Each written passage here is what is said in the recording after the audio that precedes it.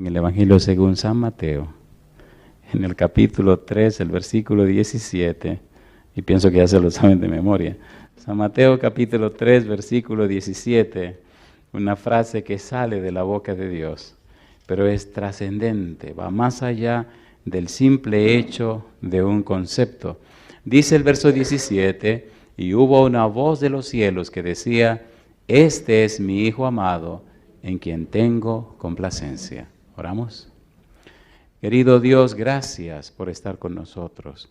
Gracias por el día que nos dio y gracias por la oportunidad de reunirnos nuevamente.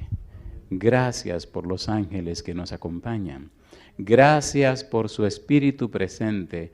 Permita, Dios, que el Santo Espíritu nos traiga palabra de vida para la vida eterna. Que no recibamos conceptos humanos, palabras de hombre, pero sí la palabra de Jehová, que vive y permanece para siempre.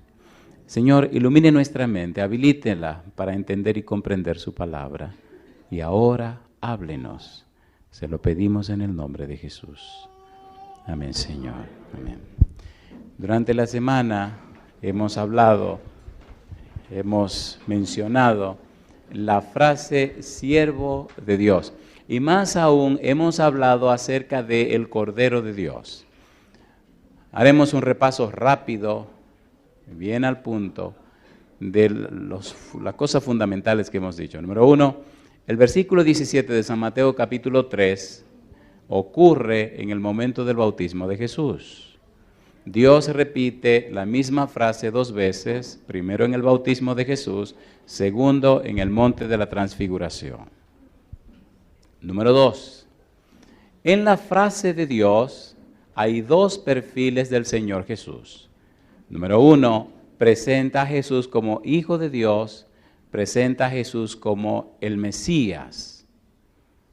Las 2 partes significan y tienen que ver con la divinidad de Jesús. Hijo de Dios, por decreto, Salmo 2:7. El ungido de Dios, Mesías en hebreo, Cristo en griego. Jesús es el Cristo, Jesús es el Mesías, Jesús es Emmanuel, que significa Dios con nosotros. Juan dice, en el principio era el Verbo, y el Verbo era con Dios, y el Verbo era Dios. El versículo 14 de Juan 1 dice, y el Verbo se hizo carne y habitó entre nosotros. Pablo dice en 1 Timoteo 3:16, grande es el misterio de la piedad, Dios fue manifestado en carne. El autor de Hebreos en el capítulo 2, versículo 14 dice que Cristo vino y participó de carne y de hueso para deshacer las obras del diablo. En otras palabras, Jesús es Dios que se hace hombre. Sin embargo, la frase en que mi alma toma contentamiento, decíamos, viene del capítulo 42, versículo 1 de Isaías, donde Dios habla del siervo sufriente, en quien su alma tiene contentamiento. Siervo sufriente en Isaías 53, versículo 11, es nada más y nada menos que el Mesías que viene a dar su vida por el pecado. Es el Cordero de Dios, versículo 6, versículo 7, aquel en quien Dios deposita el pecado de la humanidad. Al que no conoció pecado, por nosotros lo hizo pecado. Mas Jehová cargó en él el pecado de todos nosotros. Cuando llegamos al Nuevo Testamento, Jesús acepta claramente quién es él. San Juan 1:29, Juan el Bautista dice de Cristo, este es el Cordero de Dios que quita el pecado del mundo. Cordero de Dios, el Cordero que Dios preparó, el Cordero que Dios habilitó, el Cordero que Dios escogió. Cuando leemos 1 de Pedro 1:19 y 20, el apóstol Pedro nos dice que el Cordero Dios lo escogió desde antes de la fundación del mundo. De manera que el plan de salvación no es una casualidad, ni algo apresurado. Antes de crear la humanidad había un plan de rescate. Maravilloso amor, maravilloso amor. Y por la eternidad, no sabemos desde cuándo, Dios tenía preparado el rescate para ti y para mí. La salvación no es corporativa, la salvación no es por grupo, la salvación es individual. Así que todo lo que Dios hace, no lo hace por nosotros, lo hace por ti y lo hace por mí. ¿Se entiende lo que estamos diciendo? ¿Se entiende o no se entiende? Es un asunto personal, relacional. De allí encontramos entonces que desde antes de la fundación del mundo se escogió el Cordero para la Pascua. Qué bueno que en el libro de Colosenses 2, versículo 14 dice que Cristo en la cruz anuló el acta de los decretos que había contra nosotros.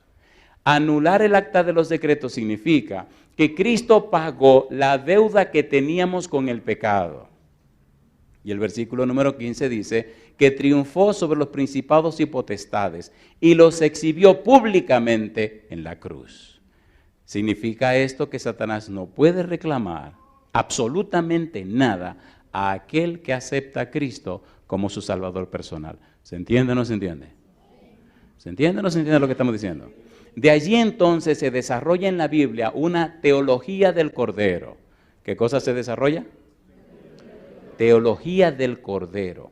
Todo esto nace de una simple frase que salió de la boca de Dios, en que mi alma toma contentamiento. La frase es tan trascendente, es decir, la frase es tan amplia y profunda, la frase es tanto para la eternidad, que toda la eternidad no podrá explicar la frase. Hay un versículo de la Biblia que me maravilla, me impresiona, me emociona y me llena de gozo, y jamás he podido hacer un sermón de ese versículo. Declaro sinceramente que no lo entiendo. Tal vez usted lo pueda entender y me lo puede explicar, pero tenga cuidado. Romanos capítulo 11, versículo 33. ¿Qué le pasó al pastor hoy? Bueno, vamos a leer. Si usted lo entiende y me lo puede explicar, yo seré feliz cuando termine la reunión. Agárrese que es un gancho que le estoy poniendo. Romanos capítulo 11, versículo 33. Mire qué cosa linda. ¿Cómo dice el versículo 33? Romanos 11, 33. Este versículo me encanta y no lo entiendo. Dice el versículo, oh profundidad, ¿de qué cosa? De las riquezas, ¿de qué dice? De la sabiduría y de la ciencia de Dios. Qué cosa linda. Oh profundidad de las riquezas, de la sabiduría y de la ciencia de Dios. ¿Y qué sigue diciendo? ¿Qué sigue diciendo? Cuán insondables son tus juicios. ¿Y qué sigue diciendo? E inescrutables tus caminos. Insondables. Usted no puede llegar al fondo de ellos. Inescrutables. Usted no puede escudriñarlo profundamente hasta el fondo lo que ellos quieren decir y significan. Por eso es tan importante entender esto de la teología del Cordero. ¿Cómo Dios hizo tanto por un ser tan malo y pecador como yo? ¿Cómo Dios arriesgó todo por una persona como tú? Eso es increíble. ¿Es increíble o no es increíble? Y ese es Dios. La peor tragedia de la humanidad es que no conoce a Dios. Lo peor que le ha pasado a la humanidad es no conocer a Dios.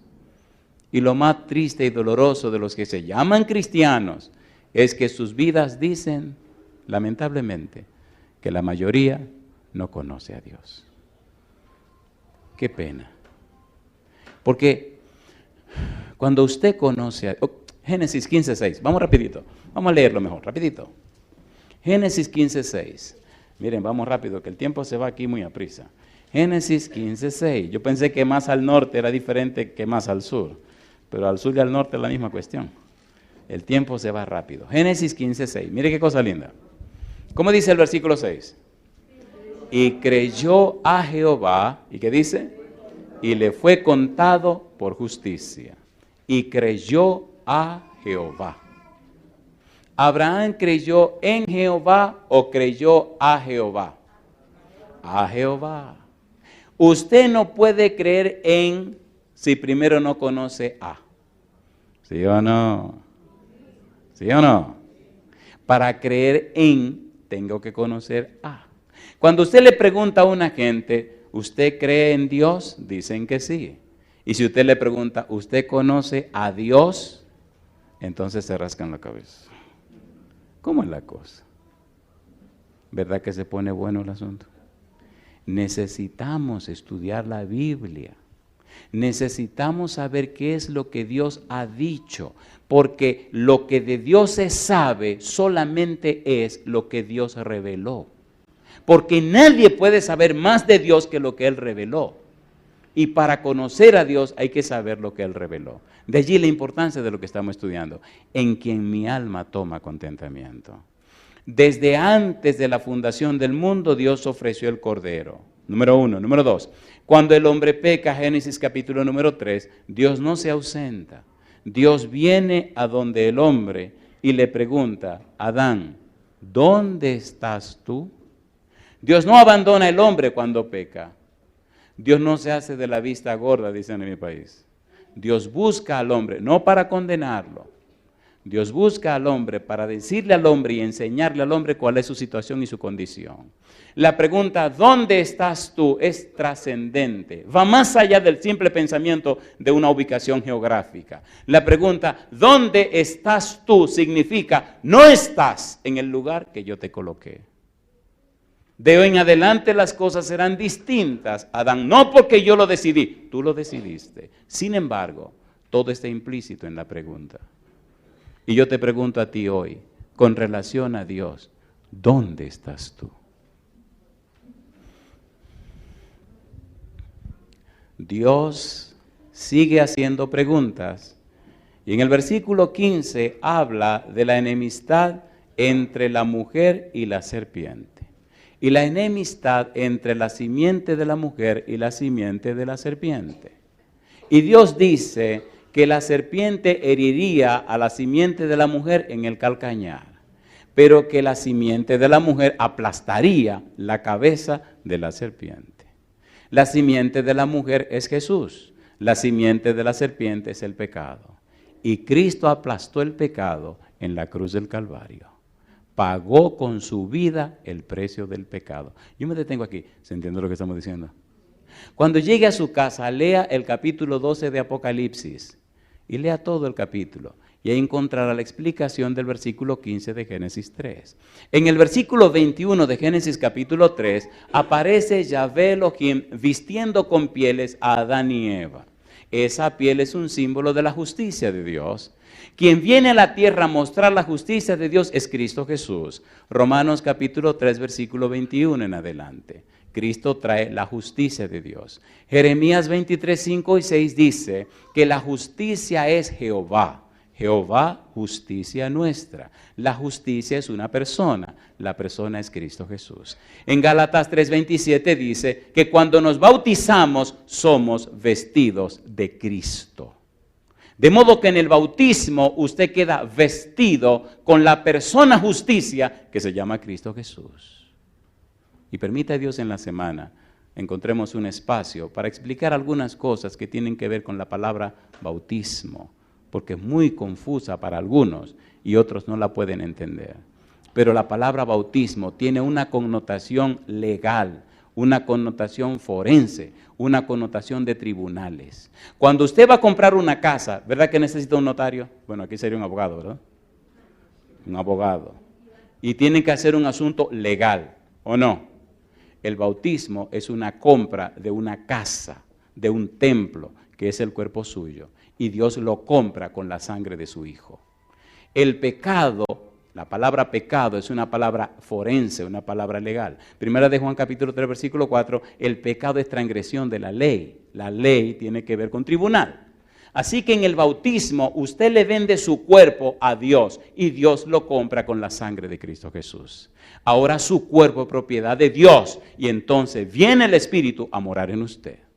Es un acto legal. Las personas que escuchan la palabra de Dios, que les gusta el Evangelio, que se fascinan con la Biblia y no toman una decisión, ¿quieren que le lea lo que pasa? ¿Le leo o no le leo? ¿Seguro que quieren que se lo lea? No le va a gustar. Y posiblemente le duela. Y hasta usted va a decir, Me acuerdo de una señora una vez que se olvidó que estaba en la iglesia. Y el tema se puso tan interesante. Porque hay personas que se concentran mucho y como que pierden la ubicación. Y en un momento dije algo y esa señora dio un salto en la silla que todo el mundo se rió. ¿Están listos? ¿Quieren que le diga esto o no quieren? ¿Quieren o no quieren? Bueno, la curiosidad mató al gato. Aquí vamos. San Mateo capítulo número 12. Ustedes fueron lo que quisieron. Cojan ahora. No diga después, ay, no, espérate. No, espérate. Ya dijiste que sí. San Mateo capítulo número 12. Se da un incidente en el capítulo. Miren, vamos rapidito, que esto es una pequeña limonada que nos vamos a tomar. San Mateo capítulo. Yo no he visto limones aquí. Aquí no abundan los limones. Qué barbaridad. Ah, no. Y bueno, no he visto limones y a mí me fascinan mis limones. Me encantan los limones. Soy enfermo con los limones. Me gustan la limonada, me gusta el limón. En el norte hay muchos limones.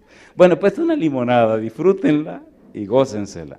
Capítulo número 12. En el capítulo 12 se da un incidente y este incidente lleva o trae como consecuencia que a Cristo lo acusan de sacar los demonios por el poder del diablo, el poder de Belcebú. Y es una acusación fuerte. En el versículo 28 Jesús dice, pero si yo, por el Espíritu de Dios, echo fuera los demonios, ciertamente ha llegado a vosotros el reino de Dios. El ambiente del capítulo 12 es echar fuera demonios. El ambiente del capítulo 12 es Cristo sacando demonios. Ahora dice Jesús, y aquí viene para que no sea curioso, versículo número 43. Cuando el espíritu inmundo sale del hombre, anda por lugares secos buscando reposo y no lo halla. Ay, mamacita. ¿De dónde salió el espíritu inmundo? Del hombre. ¿Dónde estaba viviendo? En el hombre. Recuerde que usted se puso de curioso, ahora agárrese. ¿Por qué voy a decir todo eso? ¿Por qué el espíritu inmundo puede vivir en el hombre? Ponga un dedito ahí y vamos a 1 Corintios capítulo 3. Vamos rapidito.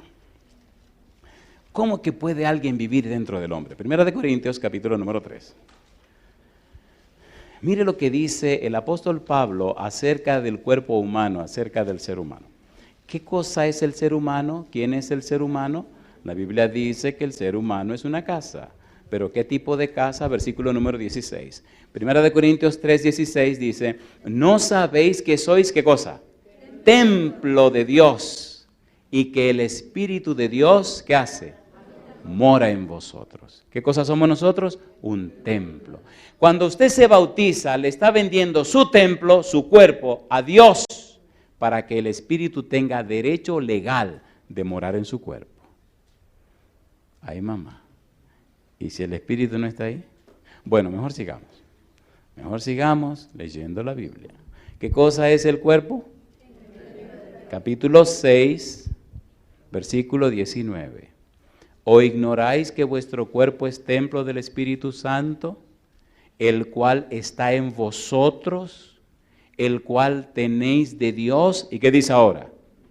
Y que no sois vuestros. ¿De quién es este templo? De Dios. ¿Para morada de quién? Del Espíritu Santo. Cuando el Espíritu Santo no está dentro, ¿quién se mete? Dice Cristo, San Mateo 12:43, que el espíritu inmundo se mete allí. Y ahora viene la explicación de Jesús.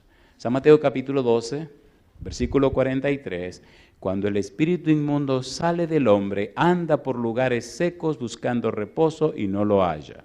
Entonces dice, volveré, ¿cómo dice él?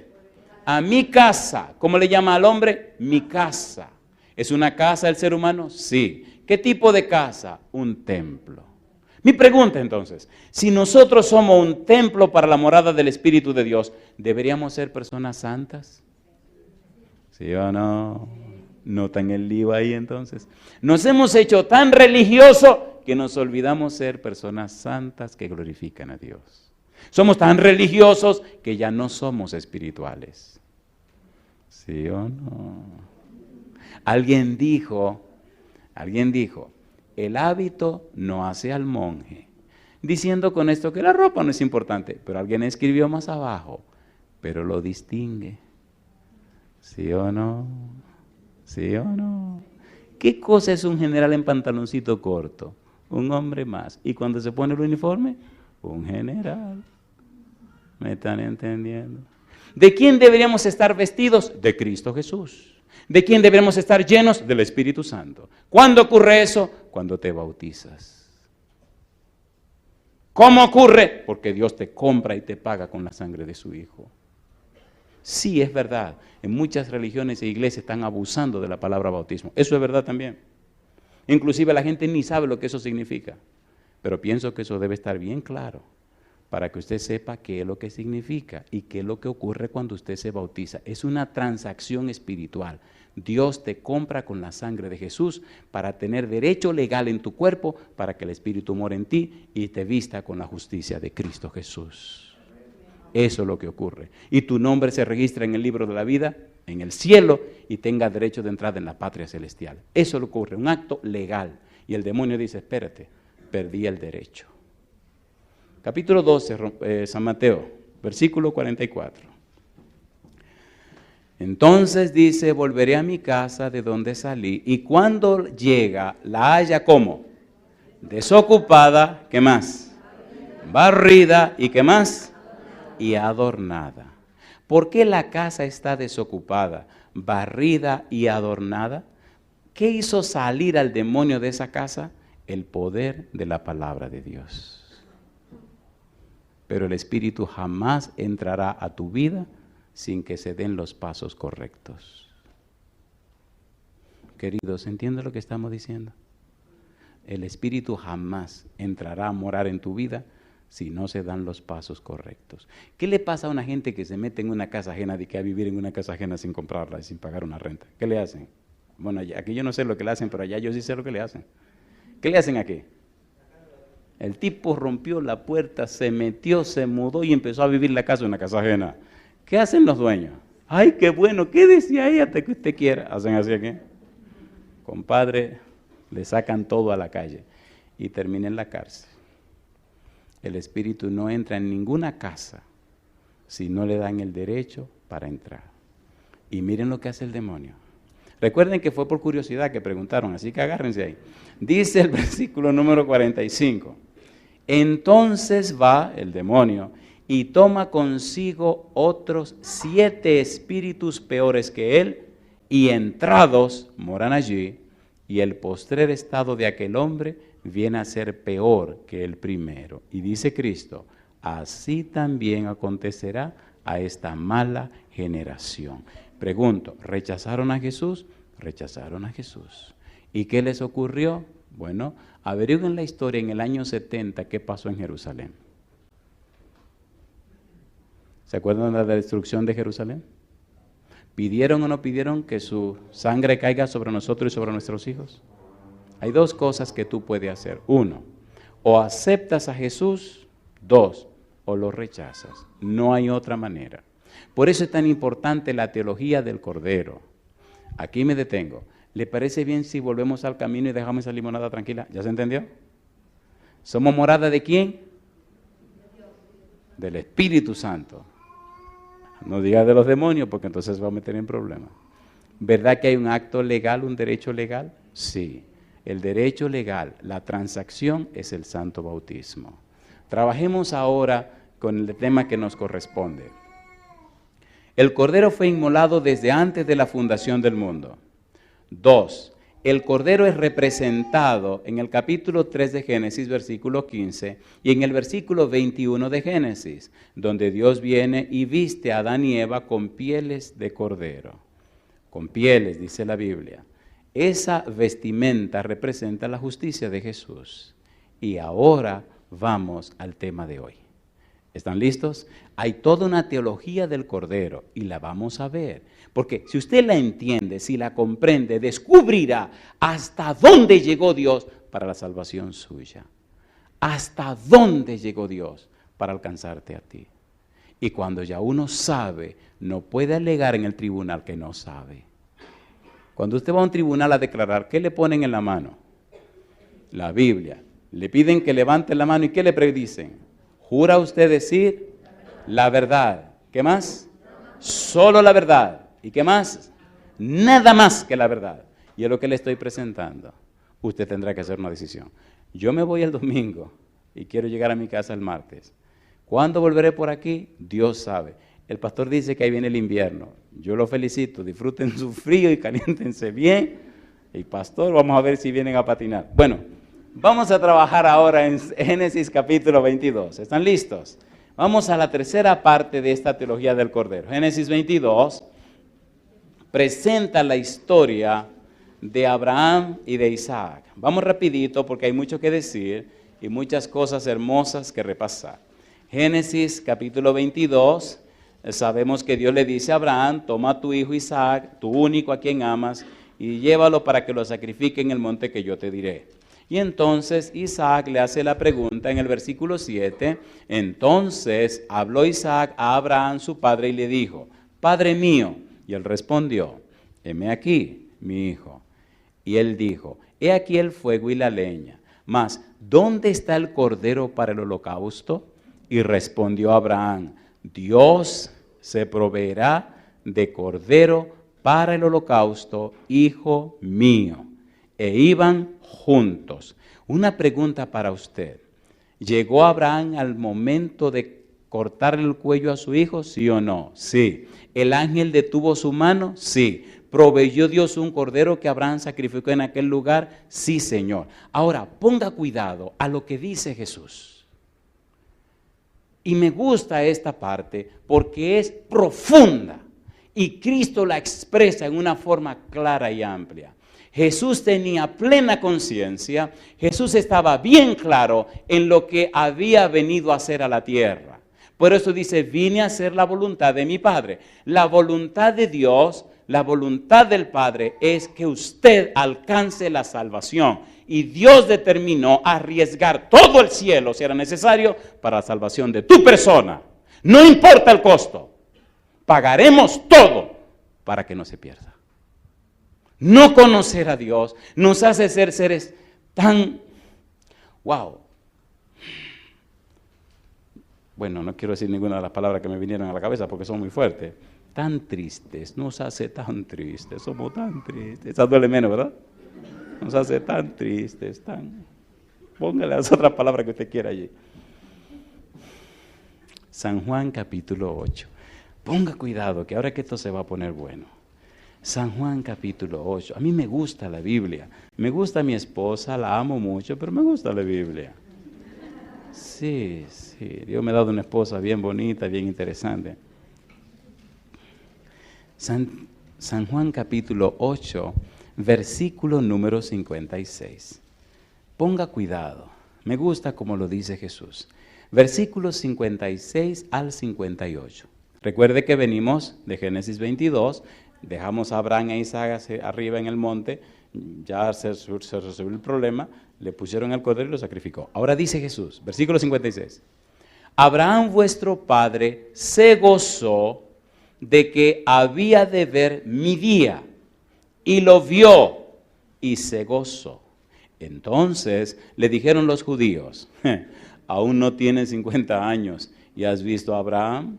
Jesús les dijo, de cierto os digo, ¿qué cosa? Antes que Abraham fuese, yo soy. Alabado sea el nombre de Dios. Mi pregunta, ¿está diciendo Cristo ahí que es preexistente? Sí. ¿Está diciendo que existe desde antes de Abraham? Sí. ¿Vio Cristo cuando Abraham iba a sacrificar a Isaac? Sí. ¿Proveyó Cristo el cordero para que lo sacrificara Abraham? Sí.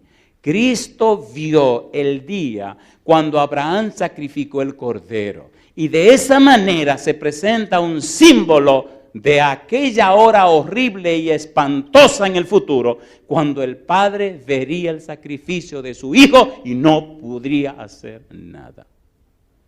Abraham vio mi día y se gozó.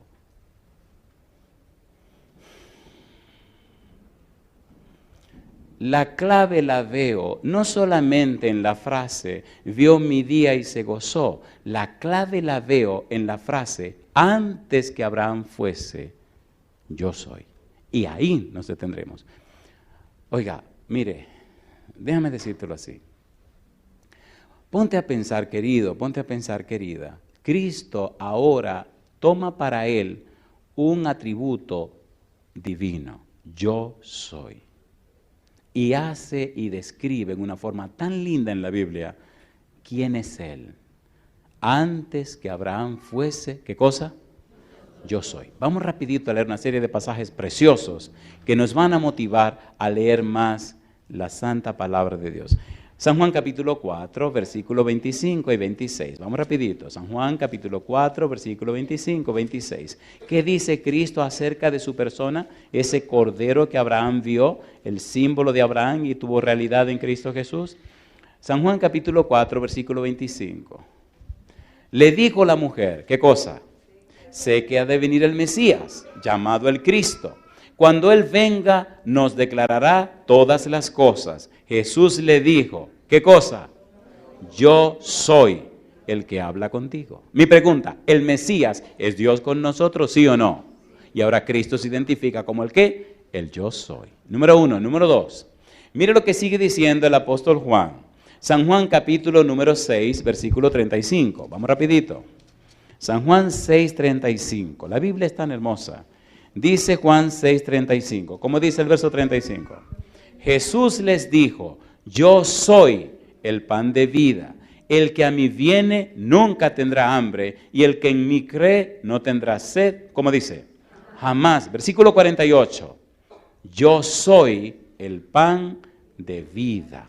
¿Está diciendo Cristo que Él es, sí o no? Capítulo 8, versículo 12. San Juan capítulo 8, versículo 12. Dice el verso 12, otra vez Jesús les habló diciendo, yo soy la luz del mundo. El que me sigue no andará en tinieblas, sino que tendrá la luz de la vida. Versículo 24, por eso os dije que moriréis en vuestros pecados, porque si no creéis que yo soy, en vuestros pecados moriréis. Mi pregunta, ¿está siendo categórico Jesús? Sí, Señor. Así que aquel símbolo, aquel cordero que Abraham sacrificó, era un símbolo del verdadero cordero que ahora estaba en el mundo. Antes que Abraham fuese, yo soy. Abraham vio mi día y se gozó. Cristo está diciendo, yo soy Dios hecho carne, pero vengo a morir como el siervo sufriente. Y la Biblia presenta la teología del cordero para que nadie tenga la duda, ni deje, ni diga que no entiende hasta dónde llegó Dios para salvar a cada ser humano. No hay razón para que la gente se pierda. Pienso que la razón por la que la gente se pierde es porque no saben. Y alguien tiene que explicarle. ¿Es así o no es así? Si la gente supiera, no fueran como son. Quisiera contarles tantas cosas. Oigan, ¿puedo decirle algo que le duela? Seamos honestos, seamos honestos. ¿Verdad que la mayoría de los que nos llamamos cristianos somos medio charlatanes y sinvergüenza? Seamos honestos, vamos a ser bien honestos. No nos comprometemos completamente ni con Dios ni con el diablo. ¿Sí o no? No somos ni fu ni fa. Seamos honestos, ¿sí o no? La gente se pierde delante de nosotros y no nos importa. Y la gente sufre. Porque Dios no encuentra a quién mandar a llevar la bendición que quiere mandar. Y estamos tan empeñados en nuestras necesidades y somos tan egoístas que cuando oramos solamente Señor dame, Señor recuerda, una reclamadera, es una verdad. Es un Dios serio. Yo quiero que tú me des, tu promesa, Señor. Qué barbaridad. Pero dame la gracia por lo que ya te di. Ay, Señor. Qué vergüenza. Y somos cristianos. Capítulo número 10, versículo 7.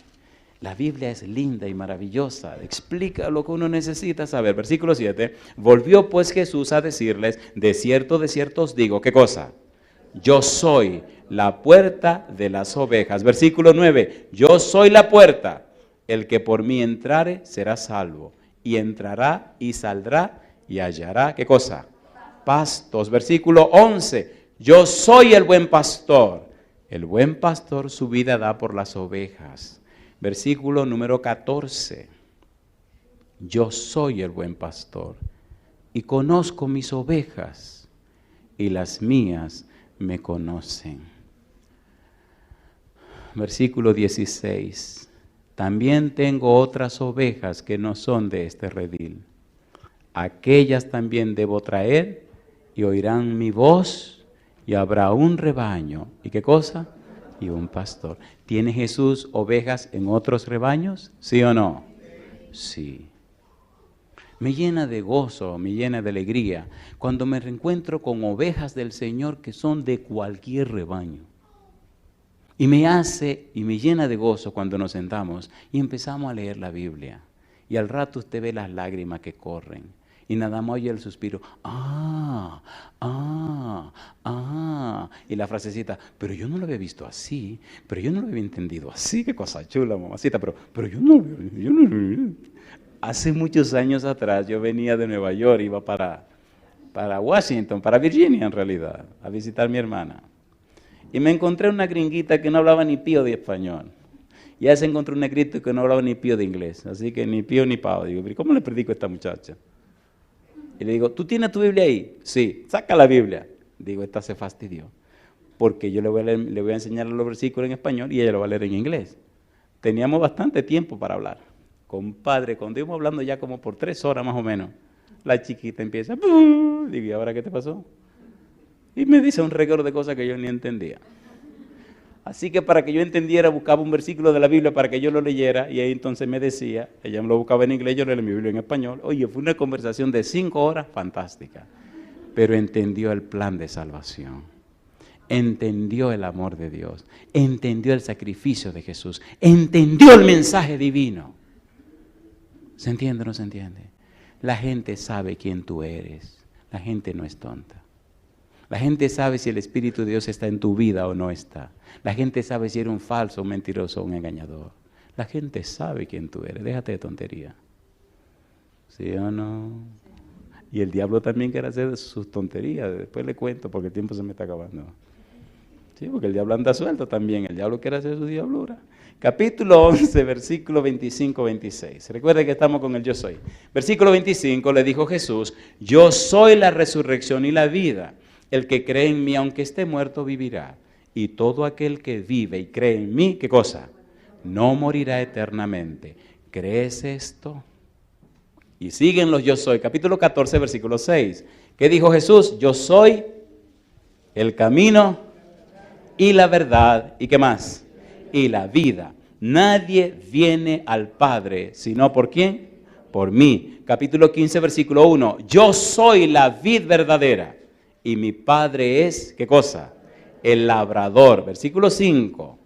Yo soy la vid, vosotros los pámpanos. El que permanece en mí y yo en él, este lleva mucho fruto, porque separados de mí nada podéis hacer. Yo te pregunto, ¿esto tiene sentido o no tiene sentido? A ver, ¿tiene sentido o no tiene sentido? ¿Es Cristo el gran yo soy? Él dice que sí. La Biblia dice que sí. Y yo creo que sí. ¿Lo crees tú?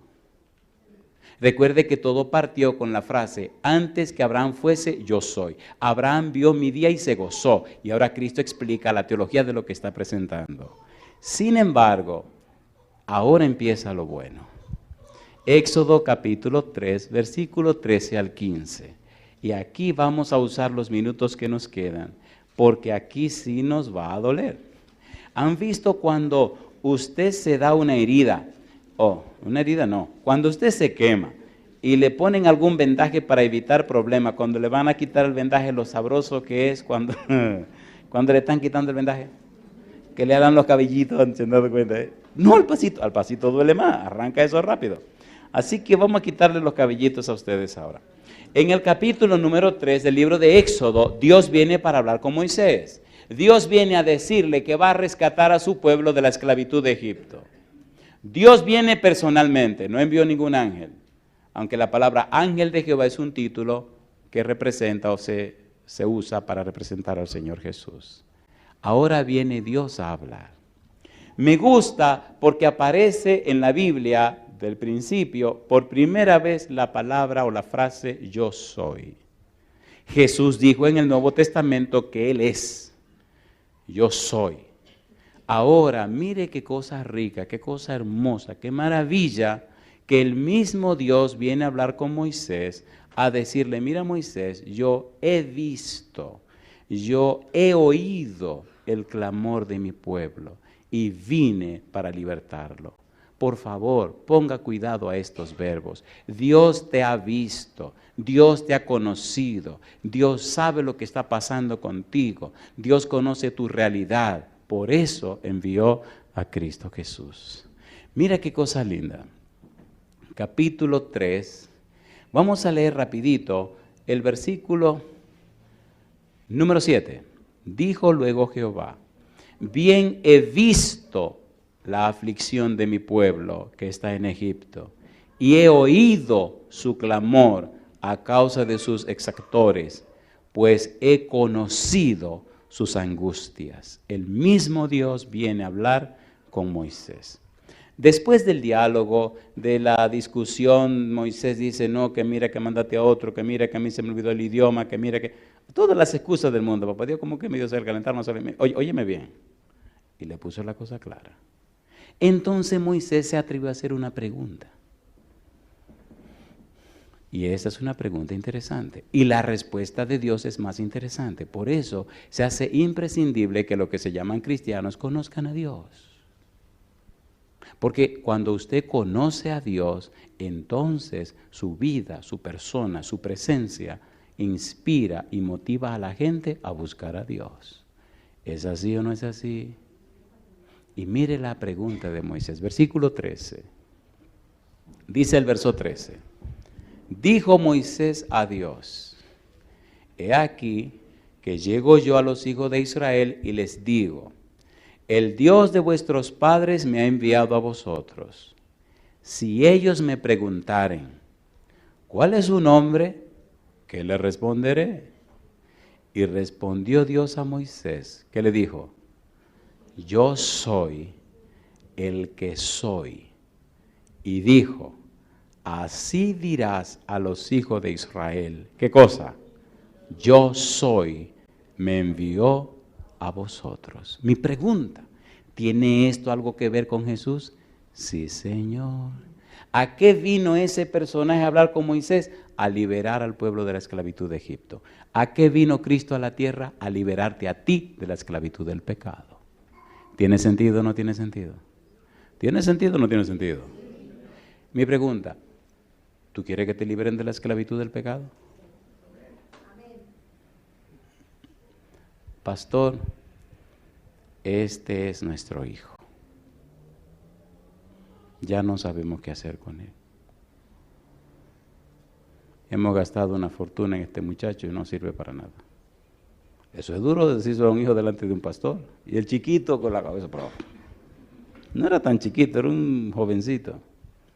Así que hemos orado a Dios y le pedimos que por favor viniera para que usted orara por él.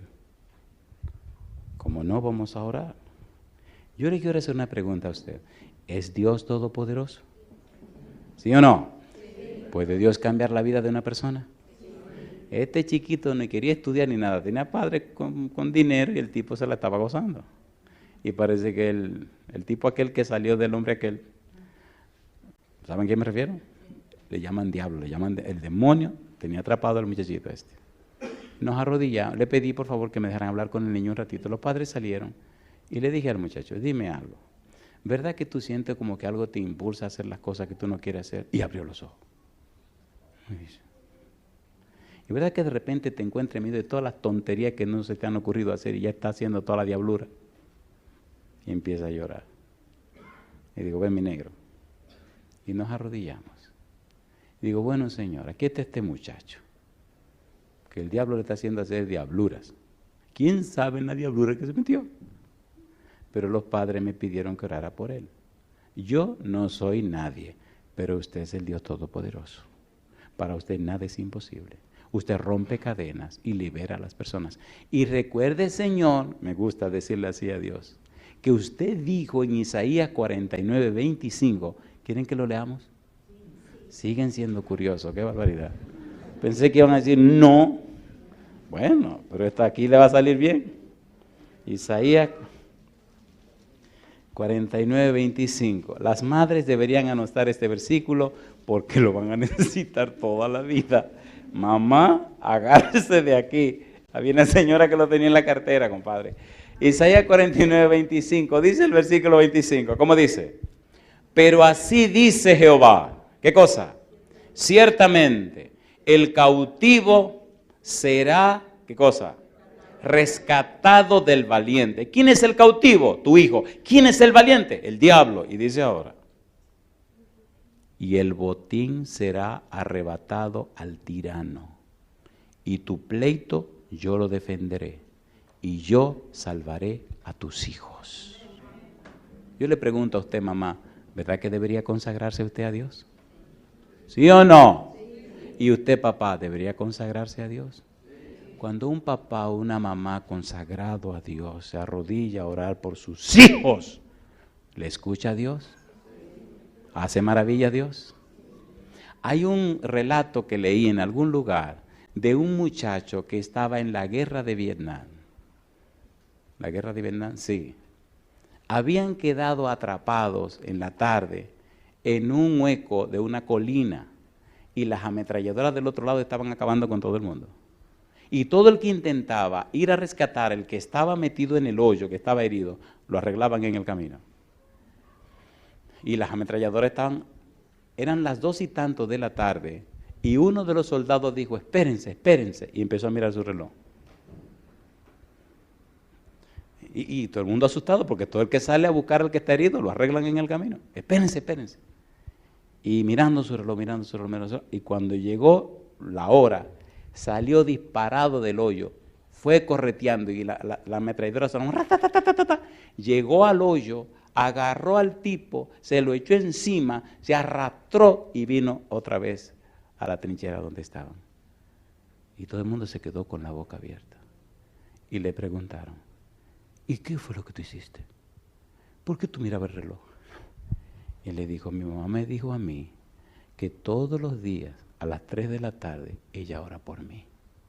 Y yo sé que Dios oye las oraciones de mi mamá. ¿Me entendieron? ¿A qué hora ora tú por tus hijos, querida? Bueno, hay que ser caballeroso, ¿no? Querido, ¿a qué hora ora tú por tus hijos también? Hay que darle duro a los dos. Bueno, déjate de tontería, todos los días tienes que orar por tus hijos, ¿o no? ¿Sí o no? Sí. Dios dice, tu pleito, ¿qué cosa? Así dice Jehová, ciertamente el cautivo será rescatado del valiente y el botín será arrebatado al tirano y tu pleito yo lo defenderé y yo salvaré a quienes dice, salvaré a tus hijos. Yo le hago una pregunta, y lamentablemente el tiempo se nos fue. Yo le hago una pregunta, yo le pregunto a usted, ¿quiere Dios salvar a tus hijos, sí o no? Me arrodillé con el muchacho en esa iglesia en Puerto Rico.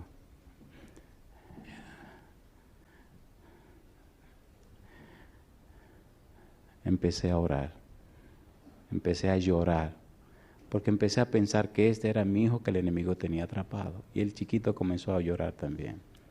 Terminamos de orar, me abrazó, nos abrazamos fuerte y arrodillado. Se fue y no lo volví a ver. 3, 4 años después, me encontré con los padres y estaban muy radiantes y muy contentos y le pregunté, oigan, ¿y qué pasó con el muchachito aquel? Uy, comenzaron a llorar, me abrazaron y empezaron a hacerme todas las historias. Pidió irse a Miami, se fue a Miami, se puso a estudiar, terminó la carrera que había empezado, está haciendo una especialidad, jamás volvió a usar drogas, ya no usa alcohol, ya no sale a la calle. Pastor, fue una cosa increíble lo que Dios hizo. Y les dije, Cristo murió en la cruz para pagar el precio de nuestros pecados. Y en Él Jehová cargó todas nuestras enfermedades, cargó todos nuestros pecados. Cuando nos consagramos a Él, el Señor hace maravillas en nuestra vida. Yo te pregunto, ¿es así o no es así? En el capítulo 3 de Éxodo, versículo 15, aquí terminamos, está la frase más hermosa que usted puede imaginar. Recuerde que estamos hablando de la teología del Cordero. Dice el versículo 15, Éxodo 3:15, además dijo Dios a Moisés, así dirás a los hijos de Israel, Jehová, el Dios de vuestros padres, el Dios de Abraham, Dios de Isaac y Dios de Jacob, me ha enviado a vosotros. Y esta es la frase que más me gusta. Dice, este es mi nombre para siempre. Con él se me recordará. ¿Por cuánto tiempo? Por todos los siglos. ¿Qué significa en realidad la frase? En hebreo, los que saben hebreo, los que estudian el idioma, dicen, la frase se me recordará significa, ustedes vivirán, actuarán, se comportarán, se conducirán conscientes de que yo estoy presente. ¿Consciente de qué? De que yo estoy presente. Yo soy el que soy, significa soy el Dios siempre presente. Si las cosas están bien, estoy presente. Si las cosas están mal, estoy presente. Si las cosas son como tú quieres, estoy presente. Alegría, estoy presente. Tristeza y dolor, yo siempre estoy presente. Yo estoy viendo, estoy oyendo y yo sé lo que está pasando. Pero dame el derecho legal de trabajar con tu vida. ¿Verdad que queremos vivir como nos da la gana y clamamos a Dios que nos ayude? Sea honesto, ¿sí o no? Entonces, sea respetuoso, déjese de eso. Ponga las cosas como manda Dios y que Dios tenga derecho sobre usted. ¿Es así o no es así? ¿Le gustaría darle derecho legal a Dios? Entonces póngase en pie conmigo. Yo soy el que soy. Así dirás a los hijos de Israel. Yo soy, me ha enviado a vosotros. Este es mi nombre, con el cual se me recordará para siempre.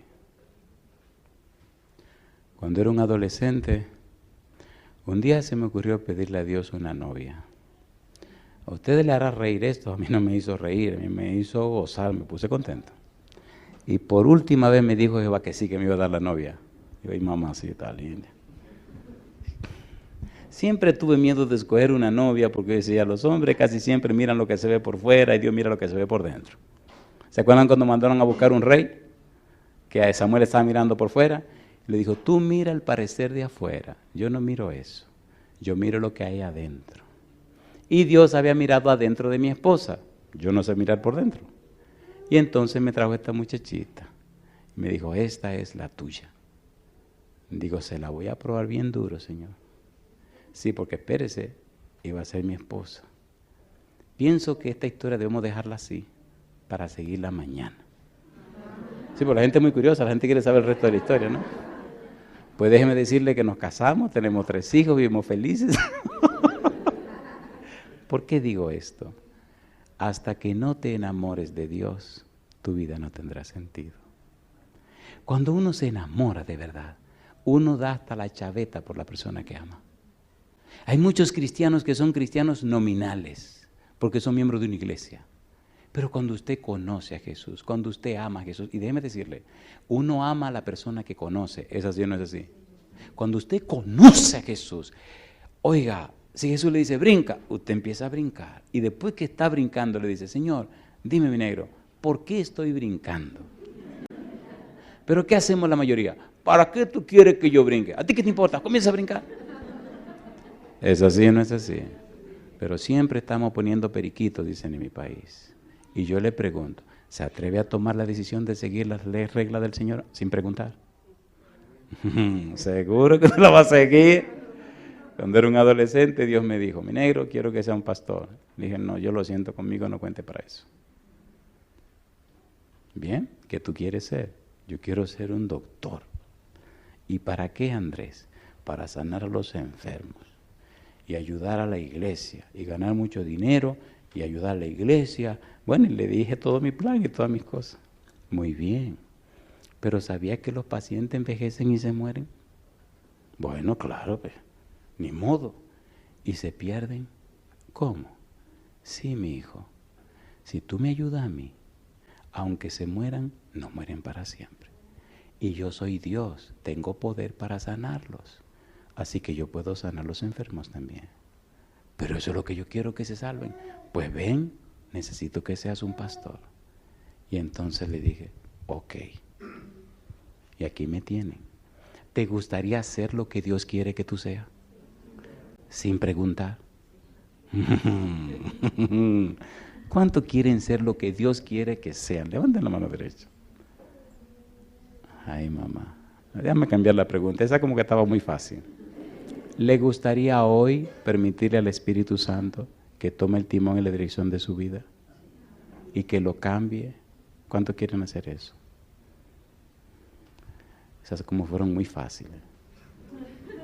¿Te gustaría hoy llamar a las personas que ofendiste o las personas que te ofendieron para decirle que te perdonen por las cosas que pasaron y empezar a ser un hijo o una hija de Dios? ¿Te atreves a tomar esa decisión? Querido Padre Celestial, no pensé que esta gente sería tan valiente de tomar decisiones tan fuertes. Le ruego, Señor querido, que su Santo Espíritu descienda sobre ellos. Fortalezca con poder su hombre interior. Que habite Cristo por la fe en sus corazones. Que sean capaces de comprender su amor. Que puedan conocerle a usted, Señor, y sean llenos de toda la plenitud de Dios. Que se mantengan firmes en su palabra y sus principios, y que muy pronto Dios eterno, el Santo Espíritu, pueda hacer morada permanente en ellos. Que legalmente puedan ser llamados hijos e hijas suyos, Señor, y tener sus nombres en el libro de la vida. Dele luz del cielo, Padre, para entender lo importante que es vestirse de Cristo Jesús. Gracias, Señor, por cada uno de ellos y ellas. Y gracias por aquellos y aquellas que nos siguen en cualquier lugar del mundo, que también han levantado sus manos. En sus manos nos entregamos, Padre amado. Damos gracias a las bendiciones que recibimos. Lo hacemos en el nombre de Jesús. Amén, Señor.